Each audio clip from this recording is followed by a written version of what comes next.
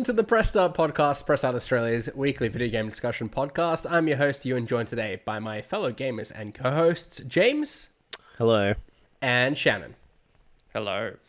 On the show today, we're going to be talking about the upcoming Like a Dragon TV series, the BioShock film in the works, Mortal Kombat's latest controversial expansion, and new content on the way for Stellar Blade and Starfield, perhaps. But first, who's getting one of these adorable Astrobot controllers? Am I alone? I really want one of these things. I'm alone. No one wants one of me. I don't know. Like, to be honest, Yeah. I don't know. I'll pre-order when I get. I never know what to do with things like this. Like, is it better to just leave them in their box and have them as collector's items or use them? To be I honest, have a Spider-Man one at home. Either of you? Ooh. I do, but I opened it for my content. I didn't get a Ragnarok one because I was busy posting about it, and then they sold out and never came back. How collectible have they been, the previous dual sense Really controllers? collectible. Okay. So they often in quite short supply. Pretty quickly from retail. Right, And then that's it. It's like one and done. They even say limited edition on the box, which I never, like, I don't know. That's such a random thing to call out. But, like, I guess it does mean they are limited edition in nature. Yeah. Yeah, it's quite often the case, I suppose, that these things aren't as limited as you might think. But, yeah, maybe in this case they are, and appreciated that. I'm kind of in the market for a new controller. I feel like I've been battling stick drift on a few of mine. Like, they all just seem to kind of crop up at the same time. And I've been able to get by with them just fine so far. But now I'm thinking maybe I do want one of these Astrobot ones. They're pretty cool. I'll suddenly be worried about opening the box, though, and trashing it and getting stick drift on that one, too. Yeah, I would imagine, like, maybe this is going to be a shorter print run than Spider-Man, potentially. Yeah. You can't imagine there's going to be as big a demand for Astrobot over Spider-Man, right? I think, like, it'll be a case of, like, low supply, and then, you Yeah. know, so that will make demand seem higher. Maybe, Not being, like, shady, but I'm just saying, like, compared to Spider-Man, that obviously has big appeal, so, you know. Yeah. Anyhow, we knows? can't talk about controllers all day, I suppose. We better crack on with some of these video game news. And let's start with Prime Video dropping the teaser trailer for its upcoming Like a Dragon Yakuza live action series. The series arrives on Prime Video on October 24th/25th. I don't know why I've got that in my show notes. I've just copied and pasted that off the website. Why is it 24th and 5th? Surely it's one of the days. Maybe it's a time zone thing. I'll come back to you in a second on that. But there's initial three. Better be both than neither. I just cast a wide net. I just copy pasted these dates and I'm like, that makes no sense to me upon reading these now. So 3 episodes coming out initially, and then the final 3 dropping November 1st. Weird rollout. I'm going to look into that more in a second. But James, I'm coming your way first. What are your hopes for this series? Did you get a kick out of the teaser trailer?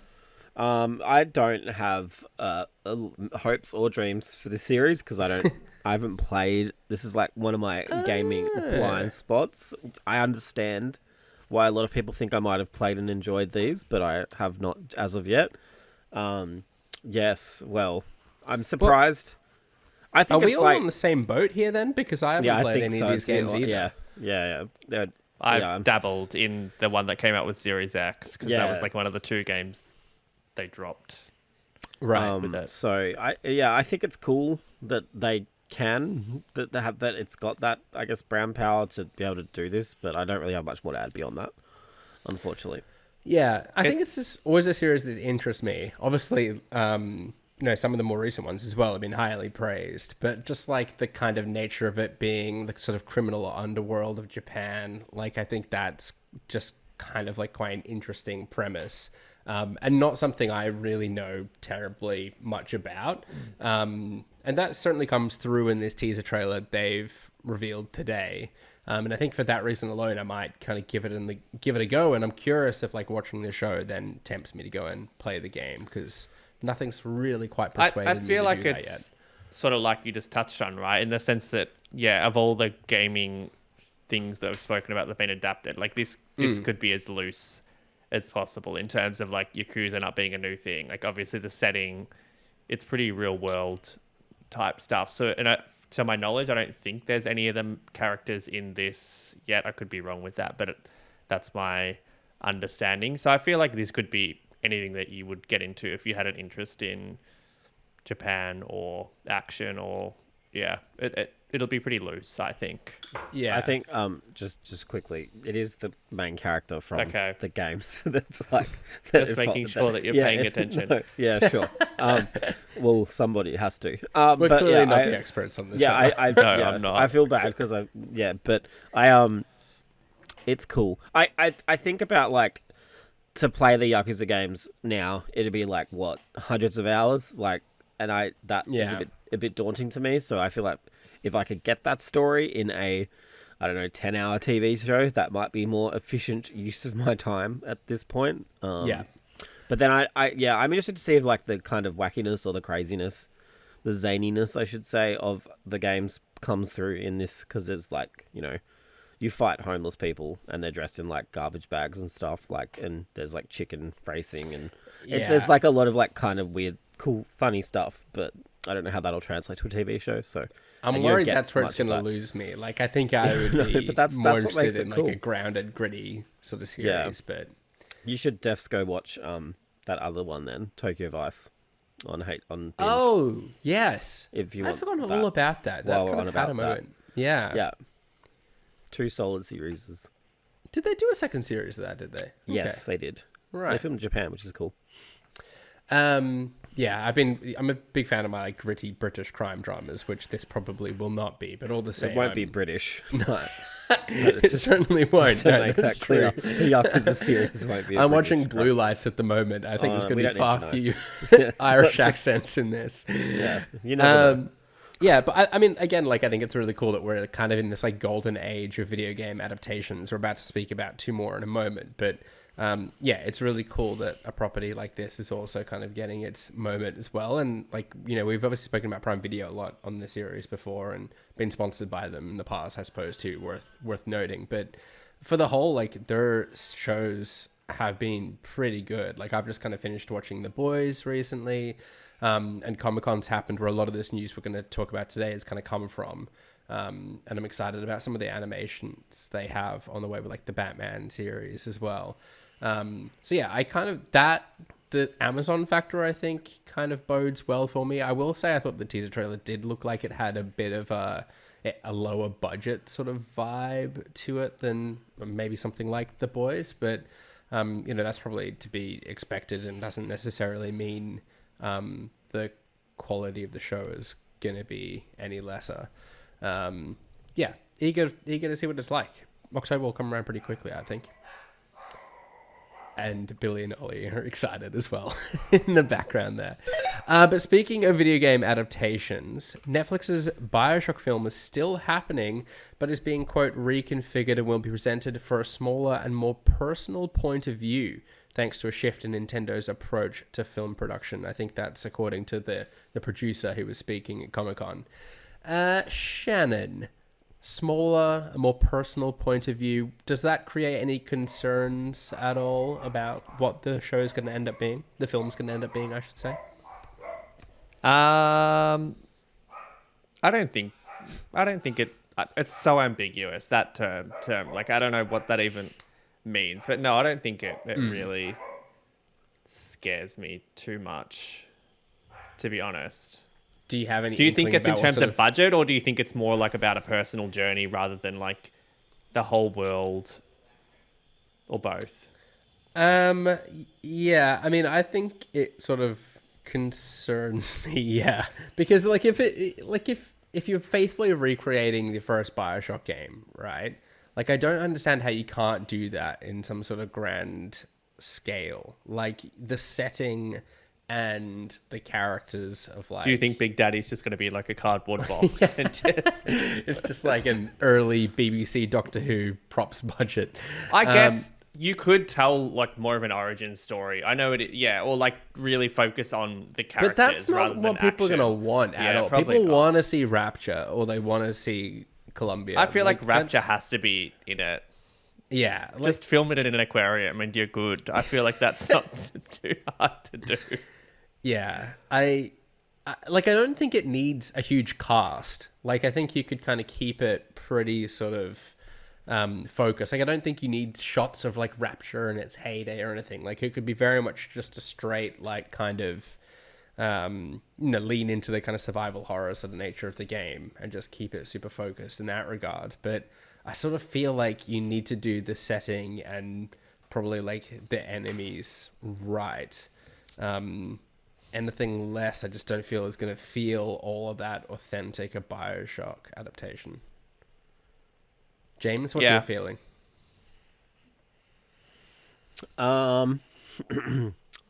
First of all, Ewan, you said Nintendo before, and it really threw me off. I was just letting it slide. I said Nintendo rather than Netflix. That's why I was like, does Nintendo have something to do with this?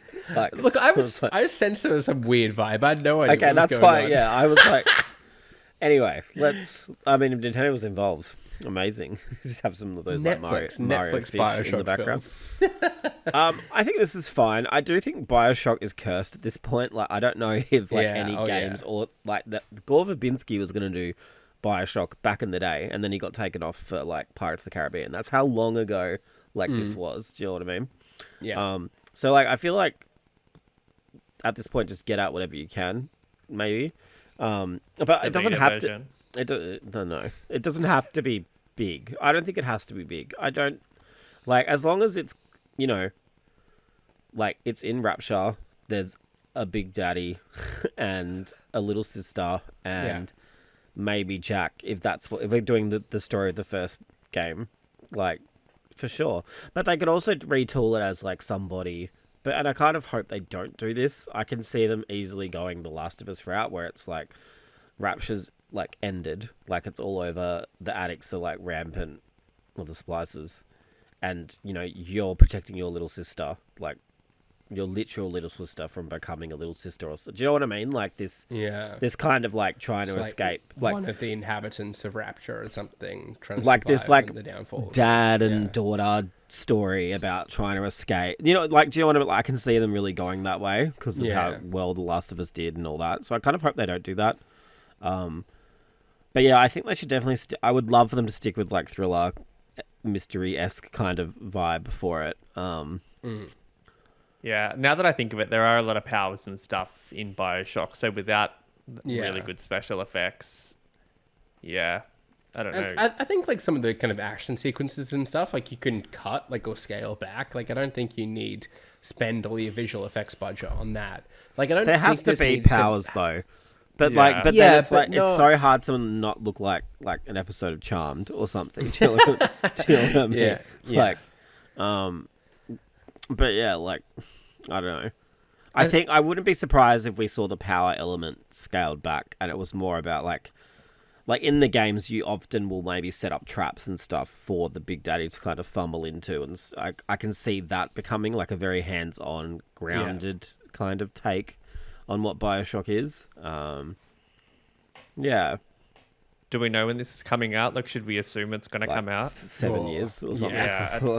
Yeah, probably comes especially out with this on news. I don't think we're getting it anytime soon. Yeah, I don't think there's anything announced for it. So no. But it is a shame. I would love to see this go to someone that's going to do it right. Like with how good the Fallout season was recently, like it'd be nice to see it kind of approached in a similar way. But it'd be a better fit for a movie, I think. It is a film. Oh, it is. Did I not say that either? Is it? Sorry. Well, I think don't we know. assumed because Netflix. Yeah, I thought it was Netflix. a series now as well, but is it not? No, Okay. it's a Netflix film. Yeah. That excites me more because I was struggling to see how it'd fit into like episode structure. Where like if it's a smaller movie, I think that's kind of easier. Yeah. To stick to just one thing and see it through. Yeah. It also doesn't need to be 3 hours long as well. Like could all too easily be 90 minutes. A mini movie, an 8-minute. Yeah. Spectacular. It's a short film. Well, yeah, it may be ages until we see Netflix's BioShock film, but something way more recent or happening way sooner is the Borderlands film. Oh my god. God damn it. I need to get more sleep. Is the Borderlands film, which is out just in a couple of weeks. We had a final trailer for it emerge just in the last couple of days or so. I want to kind of pulse check the two of you. How are you feeling about the Borderlands film at this point in time with this final trailer? James, you look concerned. Like I don't. Yeah, no, I don't.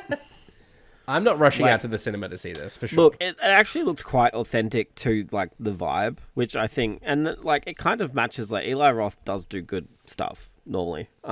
This doesn't really grab. Oh, what is the face for? It's just funny you say that because I was looking up like Eli Roth's directorial history, filmography the other day. Filmography? Do you mean? That's the word I was looking for. He's not received great reviews for any of it, really, has he? Yeah, but like I feel like Cabin Fever. I mean, the movies that I like him for are like a little bit older. I think before you were born, maybe Ewan. But like, just like really solid, like gory horror movies. So like probably a different vibe, I guess. But yeah, I feel like Borderlands kind of is this kind of like grindhousey, Mad Maxy kind of vibe. Fair. Like I feel like that it fits tonally. Yeah. I don't know. I'm not like I think it does look quite authentic to the games and stuff, and I think everyone who enjoyed Borderlands 3 will enjoy this. But as we've said in the past, like I think I have well and truly moved on from Borderlands, so I don't think it's for me personally. Yeah. I think it's funny, like Kate Blanchett has been like, I don't really know what I was doing when I signed up to this. And then she was like, it must have been COVID. Like I was in isolation for so long and stuff. It's like, when like one of your leads is saying that about your movie, I'm like, like, I don't know. But who knows? Maybe it'll be good. Yeah, I don't have a huge interest in it either. I mean, I don't even want to say I'll watch it because I don't know if that's true. But yeah, I don't know. Is this going to do well? I just can't see it. I feel like I'm shocked that it's out in like a week. It's interesting. I was thinking about it the other day because I feel like it's not really got all that much hype around it. And I don't feel, although Borderlands is obviously a popular series, I don't feel like there's this big community of gamers going, oh my God, like, be excited for this. This is going to be awesome in the same way that, I know, Fallout had or The Last of Us. Like, there were these people kind of coming out and saying, this is one, like, an adaptation you need to give a go. I just don't feel like that's kind of happening this time around. And maybe it's because Borderlands fans themselves are a bit skeptical as to the quality of the film. But yeah, I mean, like as far as it goes for me, I've never really been a big fan of the story and tone of the games. Like they just never really resonated with me. The humor's not really my cup of tea. And for those reasons alone, I was already kind of on the fence about the film. That being said, if it comes out and it's well received, like that word of mouth might change my mind, but otherwise I think I'm pretty content to this just like hitting streaming and watching it at home. Yeah. I don't know. It's like wild that it filmed June 2021 was when they finished filming it. Like it's taken so long for it to come out. And yeah. I'm sure COVID was like a factor there as well, and strikes and stuff too. But yeah, it feels to me like they anticipated for this to be a big blockbuster hit. And you know, maybe they looked at something like Mad Max coming out this year and struggling, and that's kind of caused some stress as well. But like we've seen recently with Deadpool and Wolverine and like Inside Out 2 and stuff, that you can still do well at the box office, but maybe audiences are a bit more selective nowadays. I think similar to games, were. you kind of need everything to go right. Yeah, for sure. At every point. For sure. Anyway, this has become like an entertainment podcast. We're just talking about heaps of movies and TV shows. Let's talk about some games. And let's talk about Mortal Kombat 1 getting a story expansion that fans aren't happy with. The expansion, called Chaos Reigns, introduces a new threat from an alternate timeline and adds 6 new characters, including, and correct me on my pronunciation here, James, pronunciation, if I get these character names wrong, Noob Sabot, Cyrax, Sector, Ghostface from Scream, Conan the Barbarian, and T-1000 from Terminator. So those are the 6 new characters. I believe those latter 3 are guest characters. Is that the correct terminology, James? Yeah, I guess. Right. Catch us up though. Why is everyone so annoyed by this? This, like on face value, seems like a pretty robust addition to the game, no? Yeah, I see some sides of it, some I don't. So the first thing is like Mortal Kombat at the moment has like a real problem in terms of there's a lot of men on the roster and not a lot of women. And there's a lot of cool female characters in the Mortal Kombat canon. They could definitely bring back, right? Yeah. So rather than do that, they brought back Cyrex and Sector, who have been, big characters since Mortal Kombat 3, like a long time ago, but made them women. So people are like annoyed about that. I don't really care about that. Like, I feel like this has always been about a new world. Like, it's been a new era. Like, having a different twist on these characters is interesting. Originally, Sector and Cyrex were just like useless jobbers. Now they're actually like women with a story. Like, I feel like that's doing them much more service than anything else. But then obviously there's also that like anger that it's 3 more guest characters in another year's season pass rather than Mortal Kombat characters again. Is that like whilst leaving a ton of like known characters' history kind of on the bench? Yeah, Right. but this is like, I mean, my first thing, like, I don't want to defend them, but like, I think when you think about it, T1000 as a villain, like, I feel like super iconic. Everyone knows who he is, right? Like, I feel He hasn't been in it before, has he? no. So Arnie was in Terminator it, has like, Arnie. yeah. He was in it like last game, but T1000 is also quite different. Like, the way that he fights will be different. Like, you can, you know that by watching the movies and stuff with all the Quicksilver stuff. Yeah. But like, to me, like, that is kind of how you would grow the brand in a way. Like, I feel like people are like, why didn't they do like Kira from Mortal Kombat Deception on PS2? And it's like, how many people like know who that is, first of all, and second of all, like, T1000, like, people will pick the game up. Like, people picked the game up for Homelander on sale for sure, but like, they still picked it up. Like, I feel like people are losing sight of maybe what you need to grow, you know? Yeah. I do get it, but like, these characters all have like a lot of love and care poured into them. I'm really excited to see what they do with Scream, because a lot of people are on the team who are huge fans of the whole series. Ghostface has been in it before as well, hasn't he? Or am I not? No, has he not? hasn't. He Wow. or she hasn't. There's rumors Yeah, it could be they- a girl. Yeah, depending What which movie fighting you watch. game am I thinking of? He's in Dead by Daylight. Yeah. It's not a fighting that game, it? but Okay. yeah. Well, that's exciting. I thought they'd been in it before, so that's No, never. big news. So, and their fatality, like, thanks. Shannon, Huge but- news. I mean, this is further evidence to your point, right, James? Like, Shannon Like, might Shannon be would about to give fire two up Mortal shits Kombat. about it. Yeah, absolutely. And now he might play it. Like, that's exciting for me. But like real talk, like, I think the guests are all pretty good. Like, they don't feel super out of place. Conan the Barbarian's a little Yeah. bit random. Okay, I was going to talk about this. Like, Ed Boon, who obviously has been working on these games since it was 4 people. Like, you know, he's like, I can't think of any other series in games where it's been the same director for that long, right? So, but he's naturally old. So, like, there's always, like, some brand that's, like, a little bit old and out of left field that obviously he loved as a kid. So now he's got that Warner Bros. Money. He's actually able to kind of do that. So I think that's a pick that's- Bring Arnie back for it. Yeah, now that I'm maybe. just looking at, yeah. But yeah, like, I think that's just that Ed being an old guy that wants to see Conan relevant again, which, like, I love that for him. He can do whatever he wants, as far as I'm concerned. He's more than proven his mettle. But yeah, I do agree Conan's a bit shit. But like, I feel like it's like violent and gory. Like, I feel like that fits as well, Yeah. right? I obviously love Scream. I think Scream is going to be great. I'm excited to see what they do with that.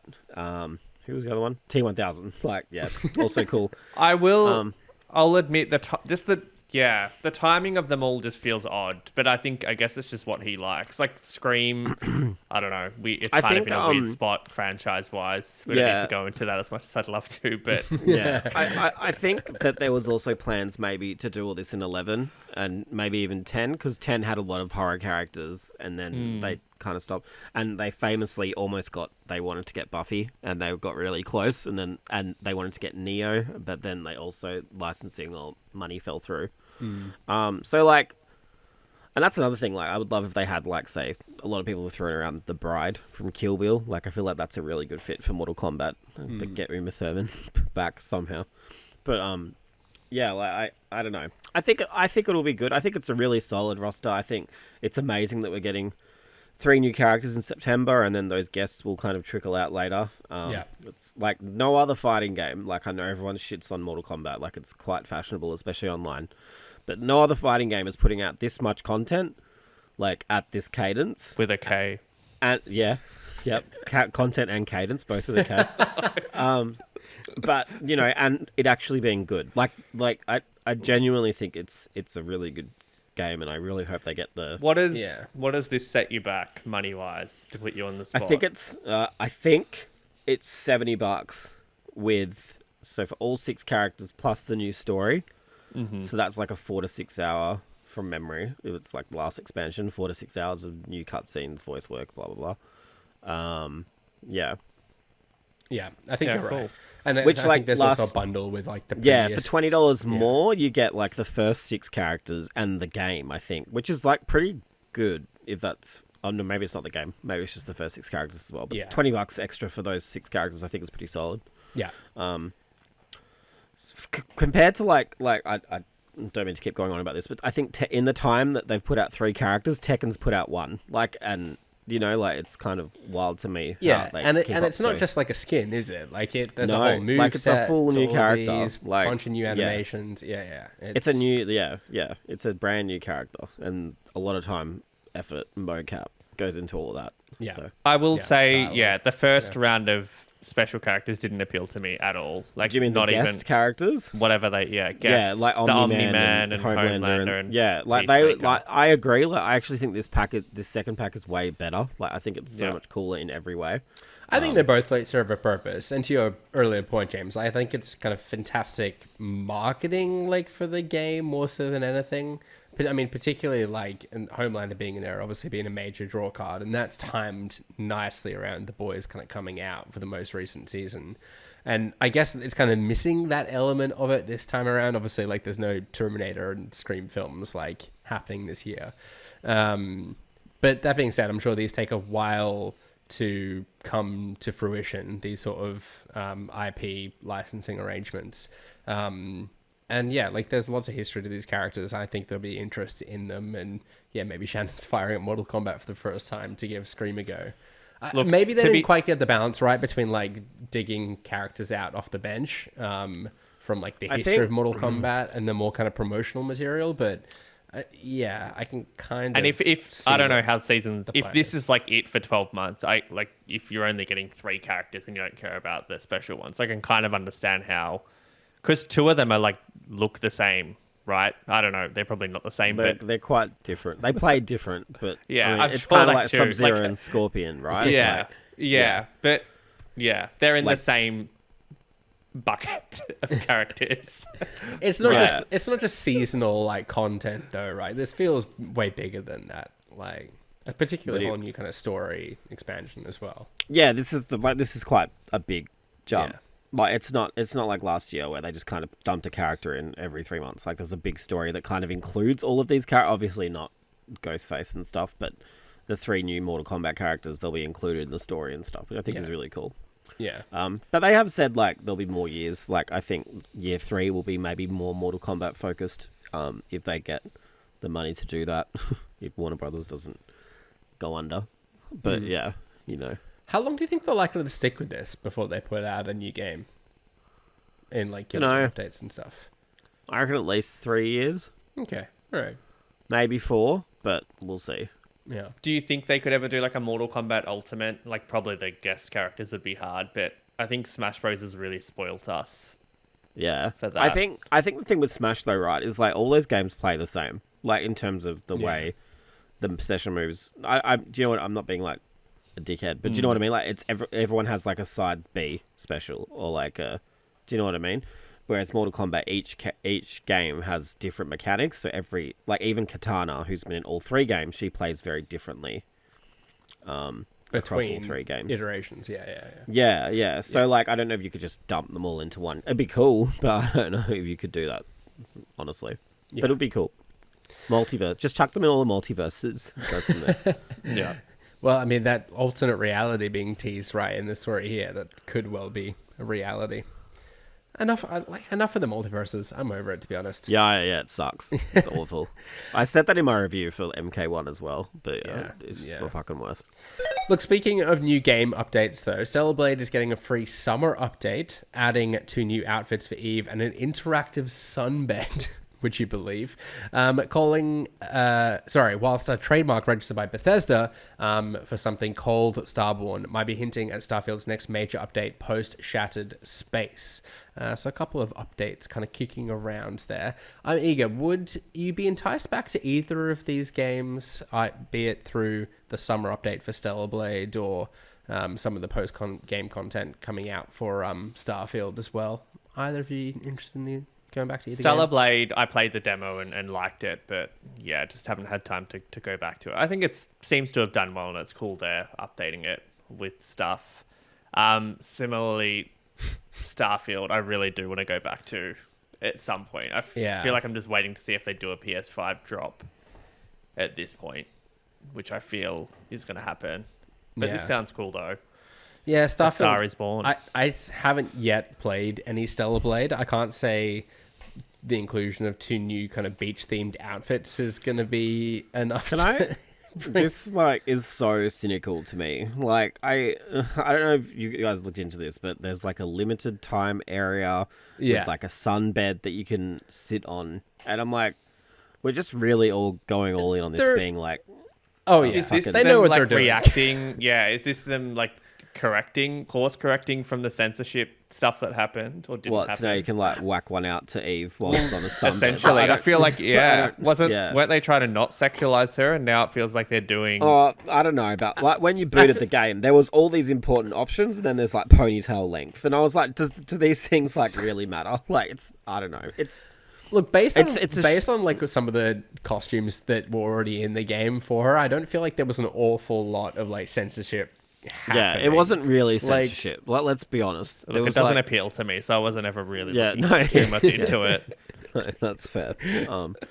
Well, yeah, I don't know. Yeah, I think there's always been a kind of a pervy element to this game, and this update's not doing that stigma any favors. I think putting the Stellar Blade summer update and a potential paid expansion for Starfield in the same category is maybe doing Bethesda a bit of a disservice, Ewan, personally.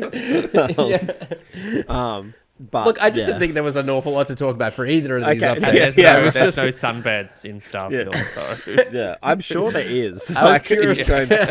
Sit on Venus and just burn. Like, yeah, I would go back to Starfield, absolutely. I don't know if I'm rushing back to Stellar Blade to watch Eve sit on a sunbed in a new bikini. I'd like to see it. You just sitting on the couch watching it. Well, maybe but we'll if see. Andresia was doing that in Starfield, different story. Absolutely. No, that first Starfield expansion looks pretty good considering. Yeah. I'm keen to see what else they do.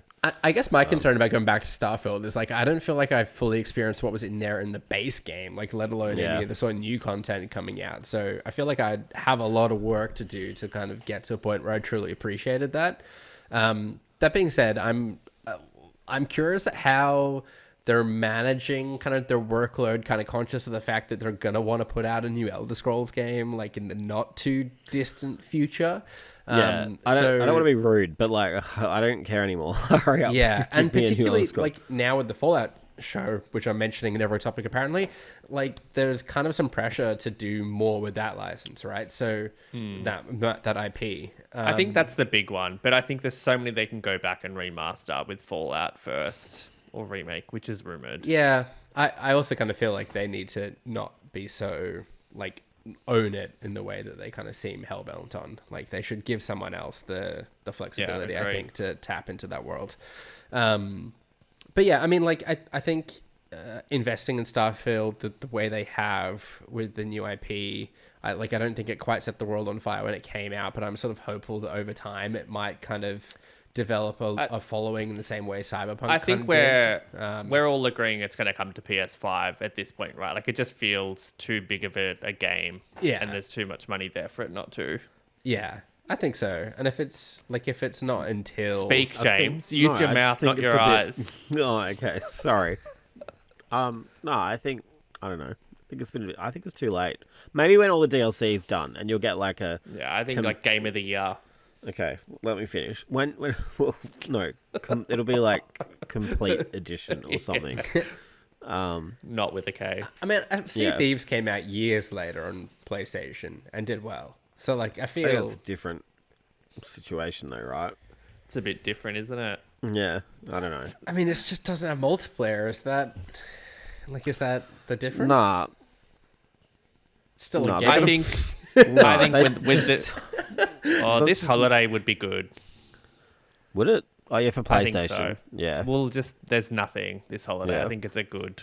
I sort of feel like no matter when you release Starfield, it finds an audience on PlayStation and does well. Like I struggle to see any reality in which it doesn't kind of like almost immediately justify doing it. Personally. Yep. Stay tuned. Anyhow, it sounds like we're all in agreement. We would rather go back to Starfield for whatever new content Starborn ends up being, as opposed to I feel like just a summer update. I feel like Stellar Bethesda Blade. Game Studios expansions are have always been really good as well. Like sometimes even better than the base games. Like for Fallout 3. Again, James, if you would like to speak. I was just thinking. Like I wasn't saying anything. Fallout 3 had what? The I can't Fallout even ones. remember. The Fallout ones were like the Mothership Zeta and shit. Like they were all good. I don't know if I ever went back to Elder Scrolls, but the Fallout The ones Oblivion were ones were good. Skyrim, they were all good. You're right, Shannon. There you go. Thank you. I was thinking about it, dickhead. Well, they just feel well crafted, and I feel like with Starfield, a lot of people's issue was that it was like procedurally generated, where I think these will be structured. Yeah, I agree. And they've already made like great progress with the updates that the games had too. So yeah, I think Starfield, history will look fondly upon Starfield after all these updates and stuff. I think that And they'll be better love for of it just continues to think. grow and grow. Yeah, agreed. All right. Rapid fire question for you all before we go to What the Wiki. An Activision study recently found that winding back skill-based matchmaking leads to fewer players coming back for more. So you take skill-based matchmaking out of the game, people don't like it, turns out. Question for the both of you though. Are you a fan of skill-based matchmaking, or would you rather it was more random loading into lobbies? It's a complex rapid fire for the brain. I think it's pretty simple. Yeah. You... I'm in total agreement now I with the feel findings pressured. here. Skill-based matchmaking for the win. Like, there's no fun. Like, if you're just new to a game, you're like, wow, how fun is this game I going to guess, be? And then I you guess like it has boot to be into a good match and you just die. skill-based. Like, It has to be a good system, right? Yeah. That's sort of scaling you up and With a little bit of leeway, I think, yeah. We always joke, me and my mates, that like when Andrew, who's really good at like every first person shooter, like jumps on, he drags us up into these like high skill based lobbies, and we're like, oh my god, having a nightmare. So it's like, let's kick him out so we can start going down the ranks a little bit more and get some better if you want to be the best, you have to beat the best. So why not? It's true. Deep end. I take it you're a fan of skill based matchmaking then, James. yeah, I guess. Okay, cool. If I, Who is ever on your No, skill it is the level, rapid fire James? You won't question. match That's a with sufficient anyone. answer. You're right. Well, Let's play What the Wiki, the Press Start podcast game show where the previous week's winner reads part of a Wikipedia page for an unknown game, and we, the contestants, must guess the game. A point is awarded for each correct guess, with the round concluding after someone's bagged themselves 2 points. Last week, that was me, but I did not do enough to close down James's lead. He's comfortably in first place on 26 points. I'm in second on 21, Shannon in third on 19, Brody in fourth on 16 points, Kieran in fifth with 10 points, and Harry bringing up the rear on 5 points. I hear the two of you typing. Are you texting each other behind my back? What's we going are, on? because Did I say froze, Nintendo and I again? was happy with my burn that I don't think came through. Oh, what did he you was say? trying to make fun of me. Oh my god! I said Move on. nobody is on your skill No level, one James. cares.